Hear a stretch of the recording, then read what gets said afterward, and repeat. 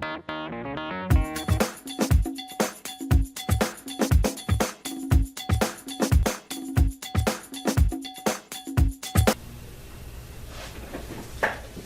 morning. This is Don Emmett, and welcome to the Small Business Insight edition of the Money and More Show. I'm here with Greg Overbeck. Greg is one of the founders and co-owners and marketing director of the Chapel Hill Restaurant Group. So, Greg, thank you very much for coming down. My pleasure, And Don. Good to be here. visiting our studio here, WCOM. LP in Chapel Hill and Carrboro. Greg, why don't you tell us a little bit about the Chapel Hill Restaurant Group and how you guys got started? All right, I'll try to keep it condensed, Don. It's a long story, but it all started really back in the late 60s and early 70s. Mickey Ewell, our founding partner, he was a salesman for Arrow Shirt Company, and he came to Chapel Hill to sell to Bob and Ann Simpson, who had a place called Town and Campus on Franklin Street. And Mickey had grown up going to DC a lot and hanging out in Georgetown, and he loved that atmosphere. And he was tired of traveling, so he decided he wanted to get into the restaurant business. And he recognized a need for a good burger joint. There was no place to get a good hamburger in Chapel Hill at that time, so he started looking around, and Bob and Ann actually had a basement space in their clothing store, and he started talking to them about getting that. Now, the one thing that was unfortunate at that time was that it hadn't been vented for a grill or anything like that, so he couldn't cook down there. Okay. So the burger joint was kind of out the window, but he'd made the decision to get into the business, so he opened a place called Harrison's, which is his first name.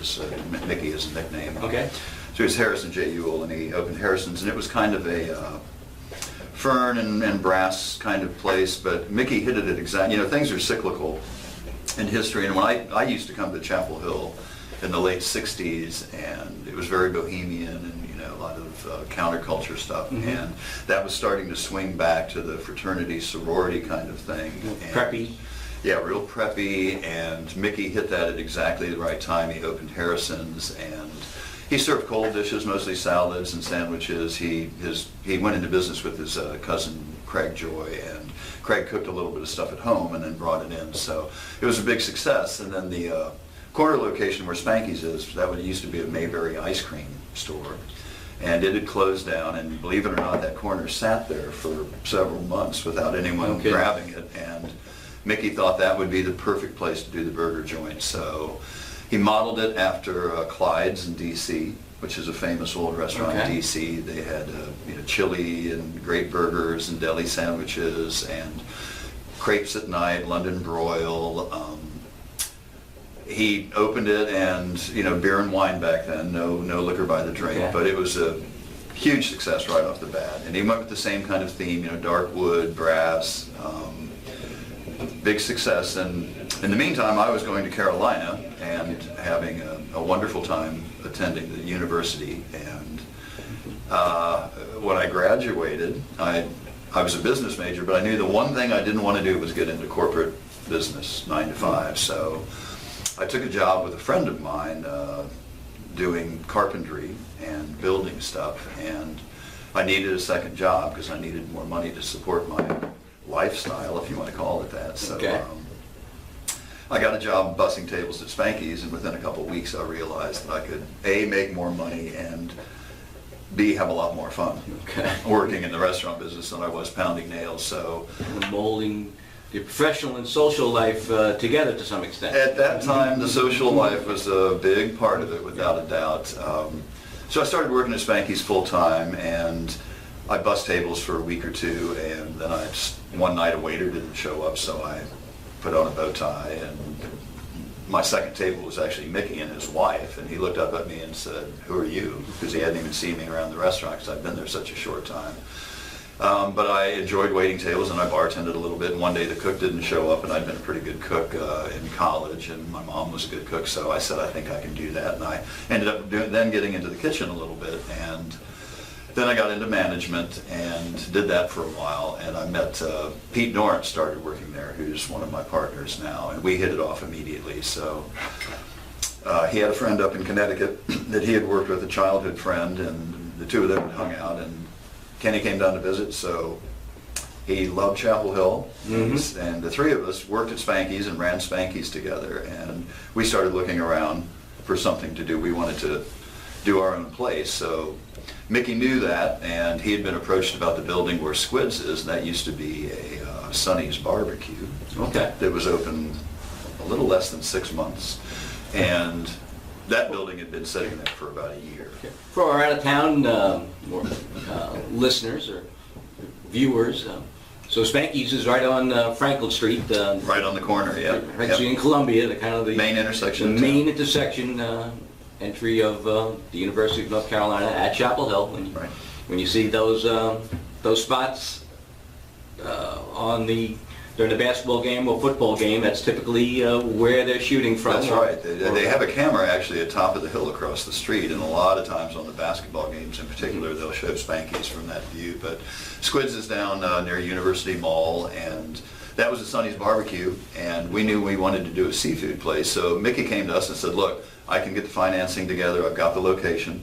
If you guys will put in the sweat equity, let's be partners.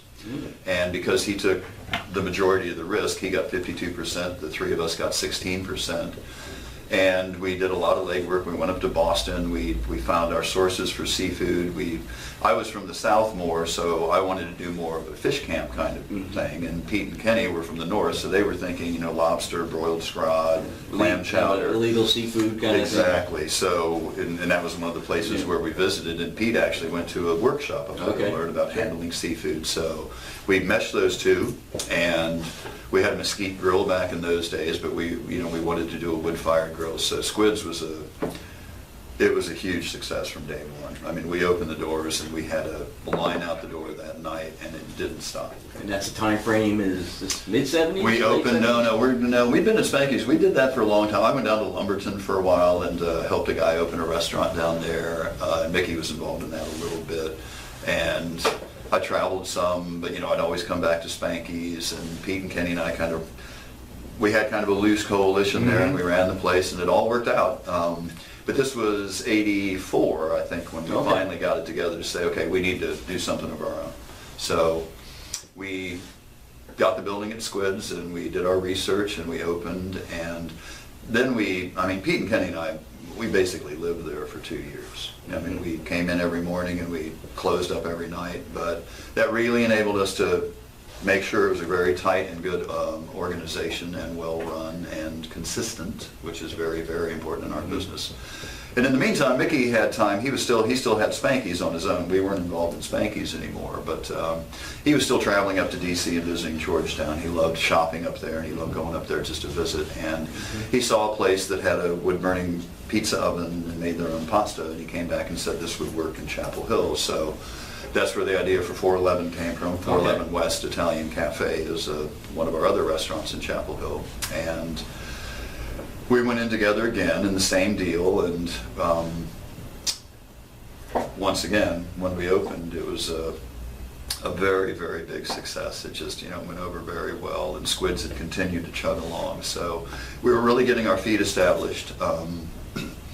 And then that, 411 did really, really well, and Mickey said, hey, we ought to go over to Raleigh and open one of these. This is work in any college town. So Mickey and Pete drove over one day, and there was a building sitting open right near 42nd Oyster Street, which had been a success for many years. But there was nothing else down there in the Glenwood South area, and Mickey said, boy, wouldn't it be great if that building were available? And as they drove by, they saw a little sign in the window that said, for sale. So they walked in, and there were a couple of just small businesses in there, a little floral arrangement shop and a tailor that did alterations. And the owner was from Florida, but he just so happened to be there that day. And he and Mickey were both car nuts, and Mickey had this beautiful black Mercedes with red leather interior back then. And the two of them hit it off immediately, and within 2 months we owned the building, and we were renovating it, and we opened 518 West in Raleigh. And once again, just, gangbusters from day one. And then we just kind of settled down. Then Mickey borrowed some money to build a new home from the company, and we ended up in paying that back to us, what we ended up doing was evening out the partnership, so we all became equal partners in the company. And we kind of cruised along for several years. We had a management consultant group come in at one point because we were doing a lot of business and not making quite as much money as we should. And that was the most important money we ever spent, because they got us kind of straightened out and made us really pay attention to detail. And the main thing they did was they said, look, you know, you guys now, you're not a mom and pop operation anymore. You're a multi-million-dollar corporation. You have to start acting like one. So you need a marketing director, you need an operations director. And that day... So putting in the structure. Yeah, because, you know, I was... You're not just a restaurant anymore, we're a corporation. You're a restaurant company. Yeah, You're a we business. are, and we needed to be overseeing it from the top. You know, I was at Squids running Squids, Pete was at 411, Kenny was at Spanky's, and we were competing with each other. That's true, yeah. And you know, if Squids was doing well, I was kind of going, okay, well, you know, you guys need to get your act together. And I wasn't going, here's what we need to do at 411, although there was a little bit of that, but there was, you know, it wasn't cooperative the way it should be.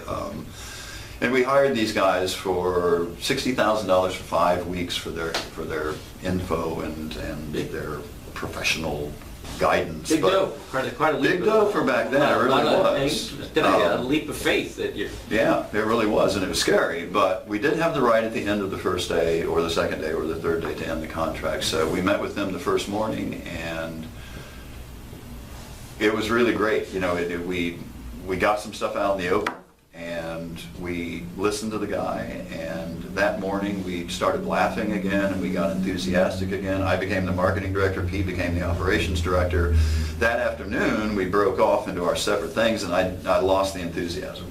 You know, the two guys I were with, it just didn't make sense to me what they were saying. So Pete and I walked out that afternoon, and he said, hey, do you need these guys to teach you how to do marketing? And I said, no, I'm getting nothing from them this afternoon. And he said, I feel the same way about operations. So that evening we sat down for dinner with these guys, and you know, like I said, the beginning of the day was unbelievable. I mean, we were so just completely turned around by those first 3 hours that we spent with these guys. The afternoon was just nothing. So I looked at the head guy, and I'll never forget the guy. I said, Phil, today's been amazing. We've got our enthusiasm back. We're ready to go. You're fired. And he was like, no, you've got so much more. You're going to backtrack, and you're not going to know what to do. And I said, we can handle it. At the time we hired them, 3 of the 4 restaurants weren't profitable. They weren't, you know, they were doing a lot of business, but we weren't making money. Right. And it was mostly because of food costs, labor costs, alcohol costs. You know, we all had differing opinions on those. But when Pete became responsible for all the restaurants and the cost of all the restaurants, we immediately tightened things up. And I had some ideas for marketing. Short story, or shorter story, within a month, all 4 restaurants were making money. So the idea is, you had, I guess, 4 restaurants, probably 4 different systems and procedures, and then unifying that and having Exactly. and having them running the same systems, the same procedures, same costing methods, and Yeah, we had to, you know, what Phil said to us, this guy with the consultant company, was, you know, you've got to get yourself out of the day-to-day. You've got to be up here. You got to get up here and watch everything. And one of you has to be responsible for this segment in all 4 restaurants, and the other has to be responsible for this segment. And you're going to be held responsible for that. You're going to have to answer for that. So it completely changed the way we did business. Now, I was afraid, you know, like for instance at Squids, I was like, wow, they're not going to be able, you know, who am I going to get to do this? And I went to my assistant manager, Jamie LaForce, who is now one of our partners. He's the minority owner at Mez, and he's the general manager there. But I went to Jamie and said, Jamie, I'm going to be taking myself out of the day-to-day operations at Squids, and you know, I can continue working Friday and Saturday nights for a couple months if that'll help. And he went, oh, I can take that over this next week. I got it. And I was like, well, no, you don't realize. He was like, Greg, I got it. Because what I learned in that too, Don, was it was really interesting. People want to do a good job, and most people want more responsibility. And it was a real eye-opener for me. And Jamie, I mean, he took over immediately. And I found myself kind of trying to figure out what I was going to do. You know, I'm suddenly the marketing director. what does that mean? But I'm like, what does that mean? So, you know, did it mean advertising? Did it mean, so I did a little research. I did some reading. I got on the internet.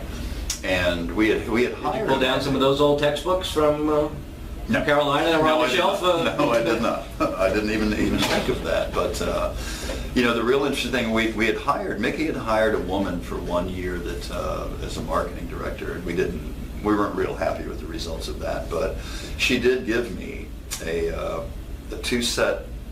two-book set written by Charlie Trotter, who had a very famous restaurant in Chicago. Okay, sure. Yeah. Called Trotter, very upscale, but those 2 books, we paid her, I think, around $60,000 for her year as a marketing director for us, and we got not a lot out of that, but what we did get was those 2 books. So Okay. I still have those books on the shelf near my desk, and I look at it, I say, each of those books is worth $30,000. But what Charlie Trotter said was he'd never done 1 penny of advertising. What he did was he was involved in the community, and he had very good relations with the local media. So I looked at that long and hard, and I looked at, Mickey had been in charge of our advertising, and he was doing stuff with, several local magazines and newspapers and radio stuff, and I looked at all those contracts, and I thought, do we really need to be spending this money doing this? Is this resonating with people? Is this really driving people to our restaurants? So I made the decision, and I talked to Mickey and my partners first, but I said, guys, I think what we need to do is be the good guy. What I'd rather do than spend money on advertising that you have no way of measuring whether it's effective, you have no way of knowing if it's really driving people, short of asking them, how did you find out when they walk in the door? And people don't want to be quizzed when they walk in the door. So I said, what I want to do is I want to cut back on a lot of this advertising. I want to cut way back on this advertising. But what I'd like to do is get more involved in the community. I want to start doing fundraising stuff for folks. I want to be involved with local charities. So we started doing that. And it's much more fulfilling personally to do that kind of stuff. And I think it's more effective, especially in a town the size of Chapel Hill. I think people know that we have restaurants here.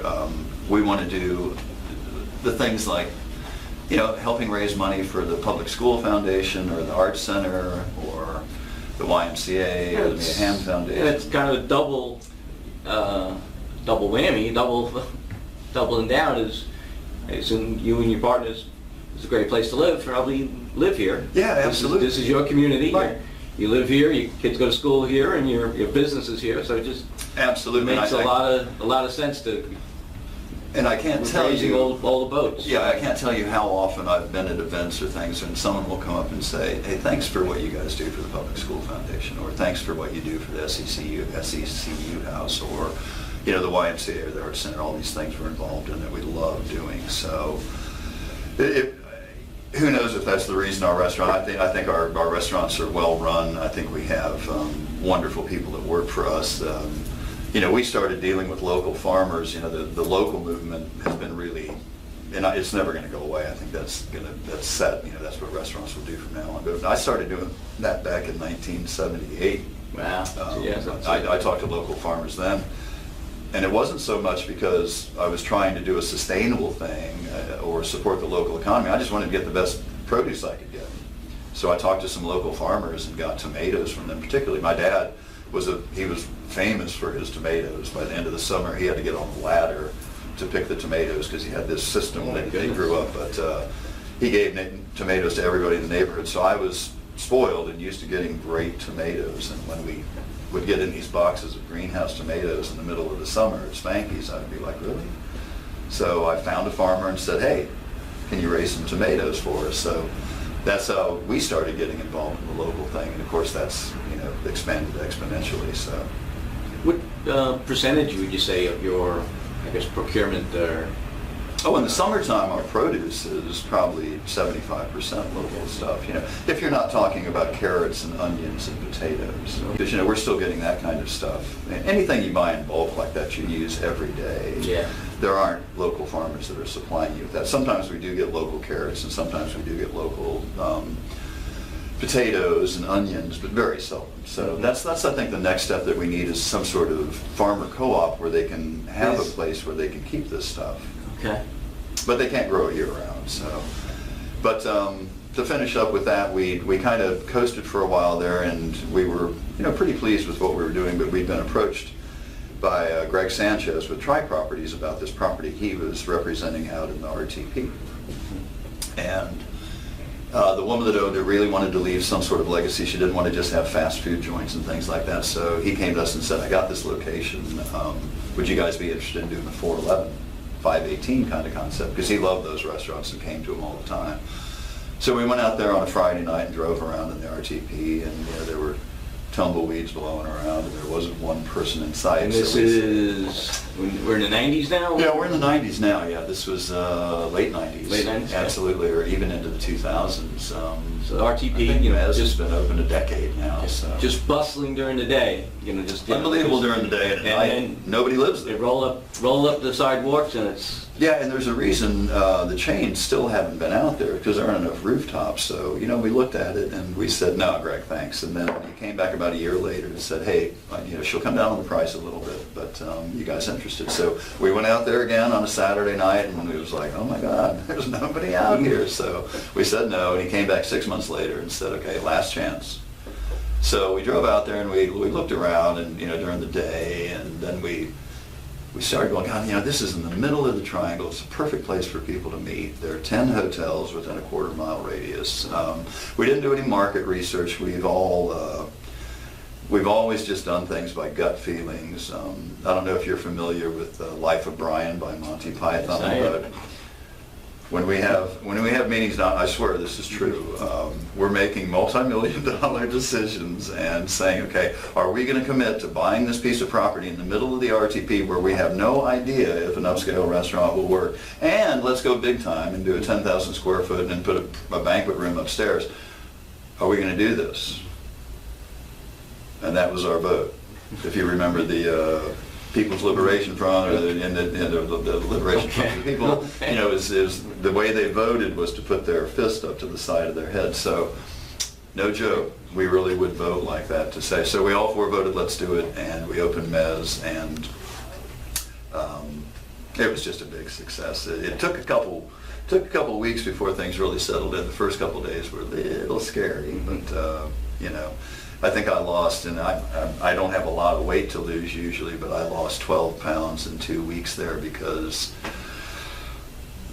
it was just, I was thinking, oh my God, we've worked so hard all these years and been successful, and now we've blown it all on this thing, But then within a matter of weeks, lunch was just crazy busy, and then dinner really, really started taking off, and then we started doing a lot of private stuff upstairs in the banquet room. We had approached Johnny Morris, who's a local realtor, about the property. He said, what do you think about this? And he said, well, can you get more properties? So we were like, why? And he goes, I think we ought to do a little shopping center out there. So the four of us went in with Johnny, and we opened a 7-bay strip mall there that has Starbucks and Jimmy John's, and we owned that little place. And then a few years later, we were doing such good business at Mez that we said, okay, there's another piece of property available. Let's do another restaurant. So it's on Page Road, and we did Page Road Grill, kind of like a fancier Spanky's, but with a little more emphasis on Southern cuisine. And once again, that has done just really wonderfully out there. And a lot of our success is based on the people that work with us, and we have a manager-owner at all the restaurants. Jen Anderson worked at Spanky's for years, and we gave her ownership in Page Road Grill. Jamie, who I mentioned earlier, is one of the part owners of Mez. So we've always found that to be a effective strategy, is to really try to take care of the people that have worked hard for us and taken care of us. So we try to do the same for So them. employees, obviously, you started out in the bus and tables, and became an owner, and I would seem a lot of your owner managers probably worked their way up. And they did. I remember Jamie starting out as a bus backer at the bar at Squid's, and he, Jamie from day one really got it. What I look for is people that understand. To me, first of all, I learned from that management subgroup, you're one of two kinds of people. You're a marketing person or you're an operations person. Mm-hmm. And I'll never forget Phil, the guy with the management company, when he looked at the four of us, he said, okay, when the four of you go in a restaurant, who notices the colors and the music and the flowers and the uniforms and the fabrics? And I'm like, oh, that's me and Mickey. He goes, okay, you guys are marketing. And he says, okay, who thinks everything's black and white and working harder to solve all your problems. I'm like, oh my God, that's Pete and Kenny. He said, okay, you're marketing, they're operations. And then he turned to them and said, operations. These guys don't work the way you do. They're not going to get there at 7 in the morning. They're not going to leave at 2 in the morning when everything's done. But they see things you don't see. So let them do what they do and quit worrying about how much they work and just worry about the results. And it had been a little bit of a, not big, but it had been a little bit of a problem in our company I with think, that. you hear a lot about, culture in organizations and, how do you establish a culture? How do you, and so I think that sounds like it's a